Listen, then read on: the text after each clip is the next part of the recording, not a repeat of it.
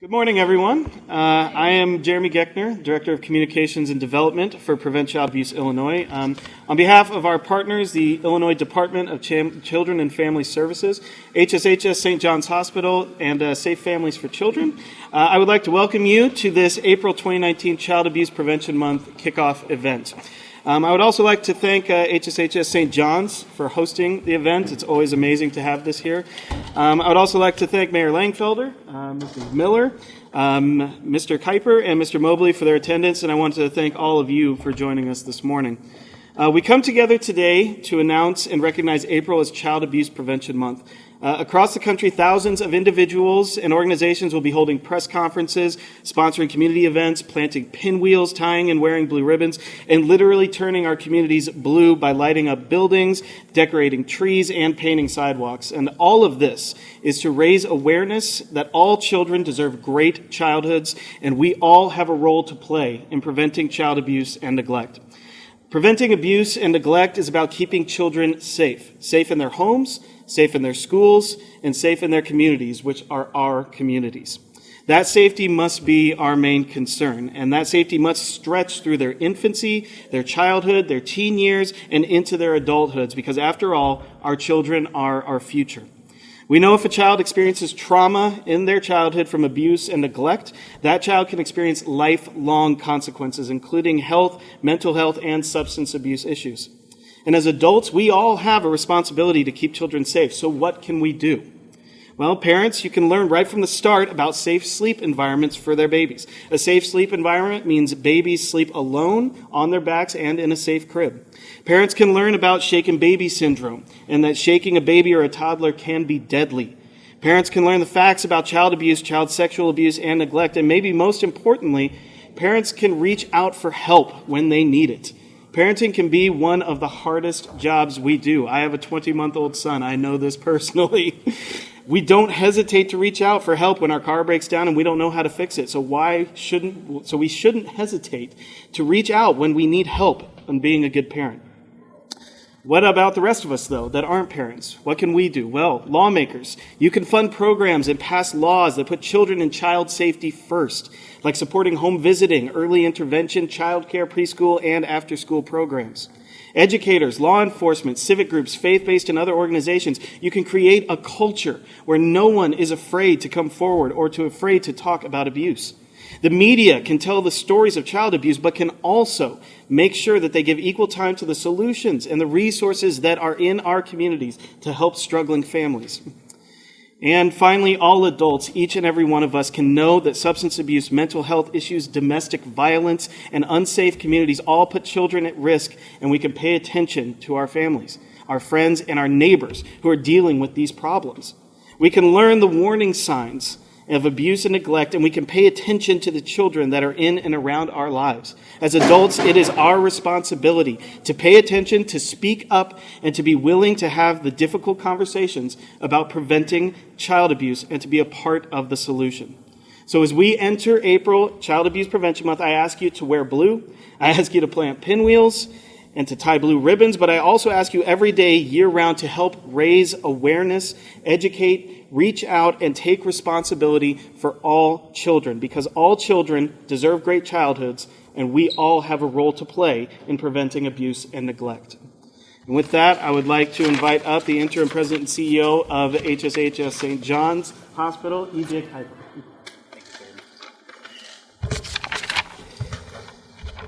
Thank you, Jeremy.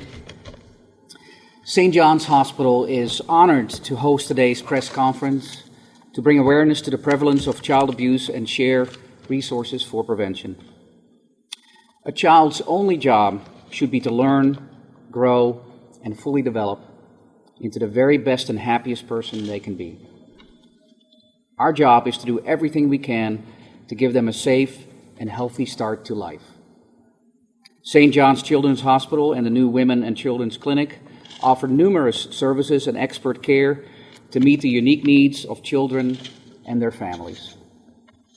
Our inpatient services, outpatient clinics, and community-based programs focus on access to quality health care and providing social support during a baby's critical developmental years and beyond. We believe our job is also to join with others to shine a light on the reality of child abuse. 1 in every 4 girls and 1 in every 6 boys will be sexually abused by the time they are 18. This staggering statistic compels us to action. This year, as part of our awareness campaign, we produced a short video to call attention to the red flags of abuse and make sure viewers know how to make a report if abuse is suspected. The video is available on our HSHS St. John's Hospital Facebook page. St. John's is also hosting a free digital fingerprinting event this Saturday from 10 to 2. Participants will leave with an FBI-ready identification card. It is our hope this card will never be needed. However, if your child goes missing, having a readily available identification card helps law enforcement launch a timely search and investigation. We all have a role to play in preventing child abuse, and St. John's Hospital is honored to join forces once again with Prevent Child Abuse Illinois, DCFS, the City of Springfield, and Save Families for the safety of our children. Thank you all for being here to promote awareness, share resources, and fight for the safety of our children. I'd like to now invite Mayor Langfelder, who's a great partner in this in general at St. John's, and certainly when it comes to child abuse prevention. Jim? Thank you, EJ. Thank you, Jeremy, for your great work of awareness. For the Langfelder family and for families in Springfield or any city you live in, this is something we would think would not have to happen, where you have to raise awareness. For myself, I grew up in a family of 13 during the 60s and 70s, and actually that's when not only my parents but neighborhood parents looked after each and every one of us. And those were happy times, but unfortunately not everybody gets to enjoy happy times when they're growing up.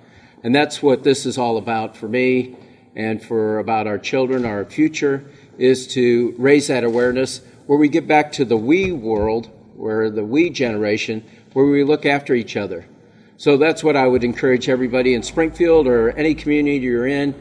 When you see children in a situation that might not look correct or might not seem right, be sure to tell somebody. So if you see something, say something.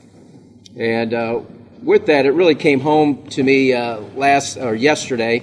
I was attending a church service, and it was a baptism, and the father gave the young person a young daughter name, and unfortunately I can't remember the name. What the definition of her name was, "My child is my wealth."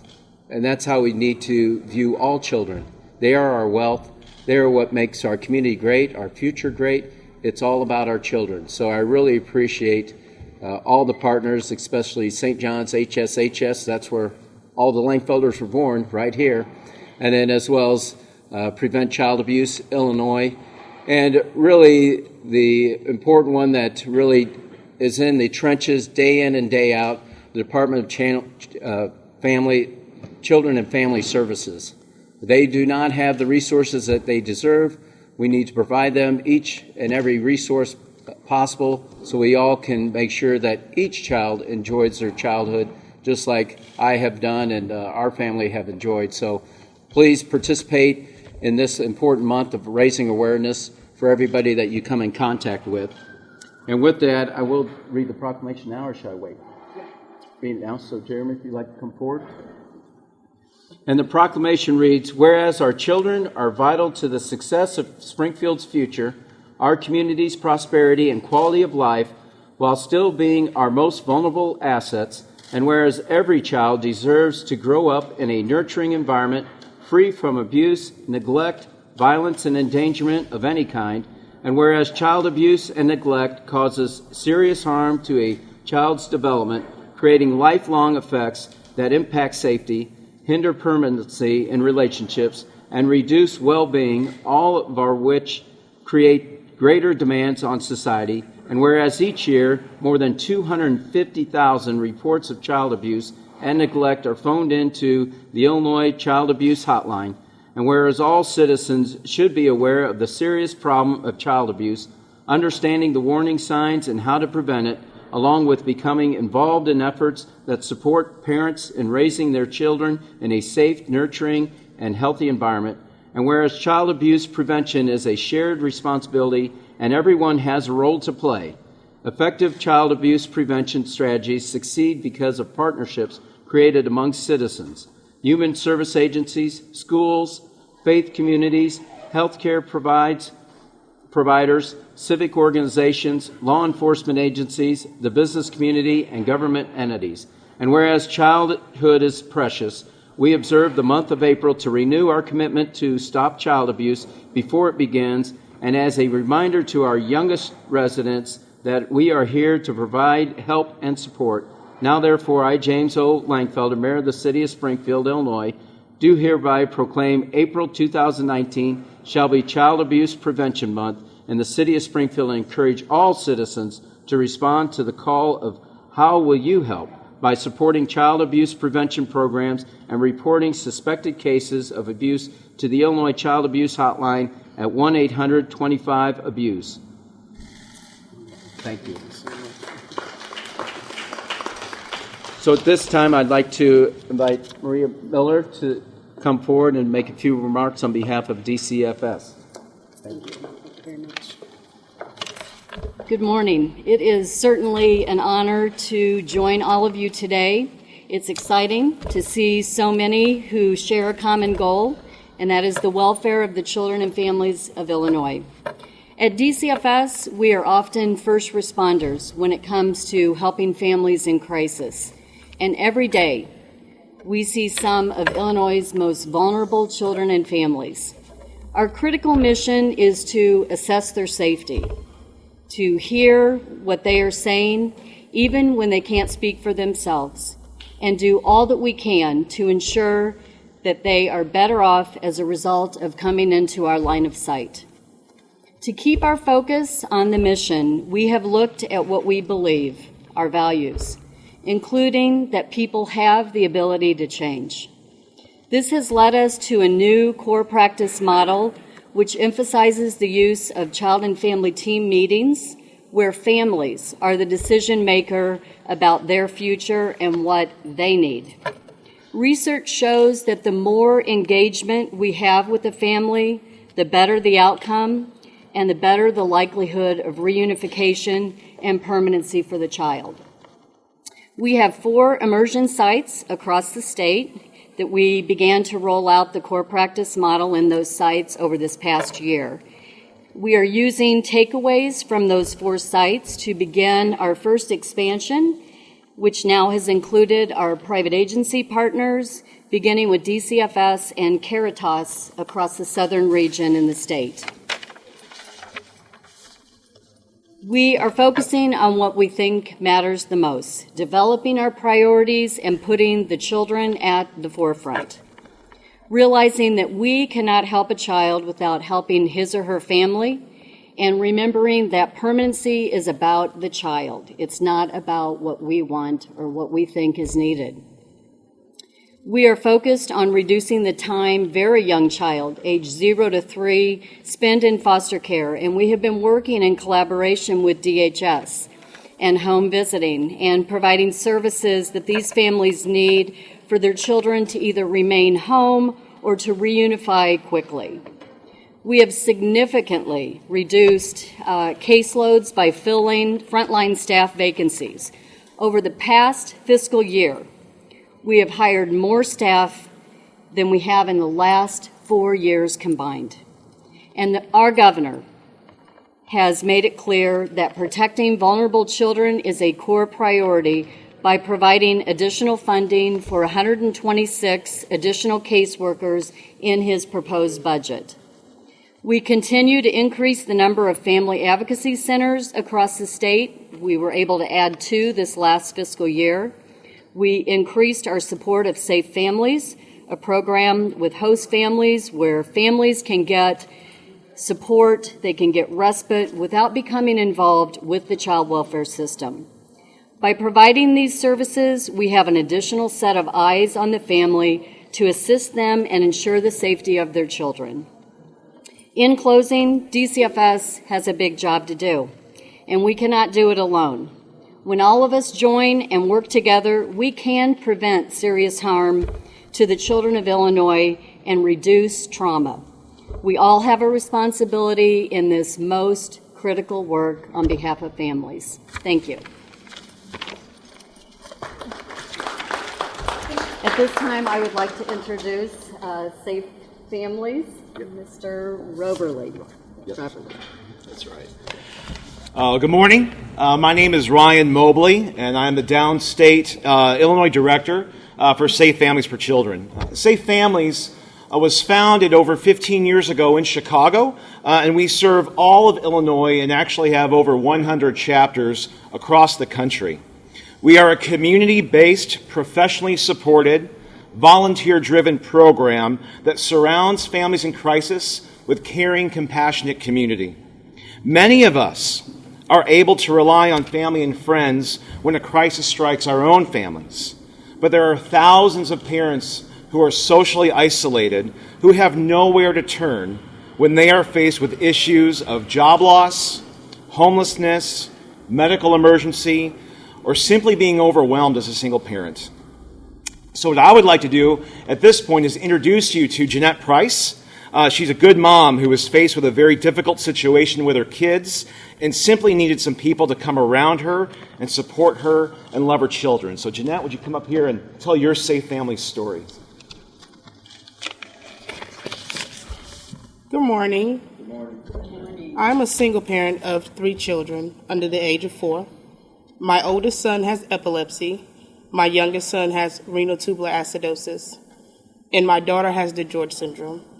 A little over a year ago, we were homeless and accepted into a transitional home at Contact Ministries. I was stressed out of the rules of our new home and the demand of getting my children to doctor's appointment. Because I don't have any reliable people in my life that I could count on to help me with my children, Chantel, the director of Contact, told me about Safe Family Children. At first I said no way, but Chantel kept telling me that I needed a break, and all I could think was, do moms get breaks? A few weeks later, my baby needed to be seen by her specialist in St. Louis. I was overwhelmed about thinking about taking the boys with me. I told Chantel I would meet with Dawn from Safe Families. We completed some paperwork, and she offered to find a host family for my 3 children so I could try out the program. I asked for a different home for my oldest son, who was 3 at the time, because I wanted him to have a lot of attention. I was pretty nervous about the first hosting. It seemed a little bit weird to me that I could count on strangers to provide a safe, loving home for my kids. To be honest, I didn't know what to do with myself when the kids were gone. I wandered around the first night, wondering what to do with myself. I was happy to get text messages and pictures from the 2 host moms that had my children throughout the weekend. They had a great time. During the first hosting, one of the moms, Tina, sent pictures of my youngest son with their family pets, and my oldest son got to go swimming with his host family, Samantha and Monty. Now I get text messages from the host families even when they don't have my kids. Tina and her daughter ask about me and my children all the time. When I moved from the shelter to my home, Tina brought me some items that I needed. Safe Family gave me cleaning supplies and clothes for my kids. My children have been hosted by Safe Families 4 other times. I don't feel alone anymore. I tell my kids that they're going to stay with my friends when the host families come to get them. I don't wander around my home trying to figure out what to do with myself anymore. I have extra support as a single mother of 3 with medical needs. With Safe Family hosting, I can catch up with sleep, get a break that I need, and to be the best mom that I can for my kids. Thank you.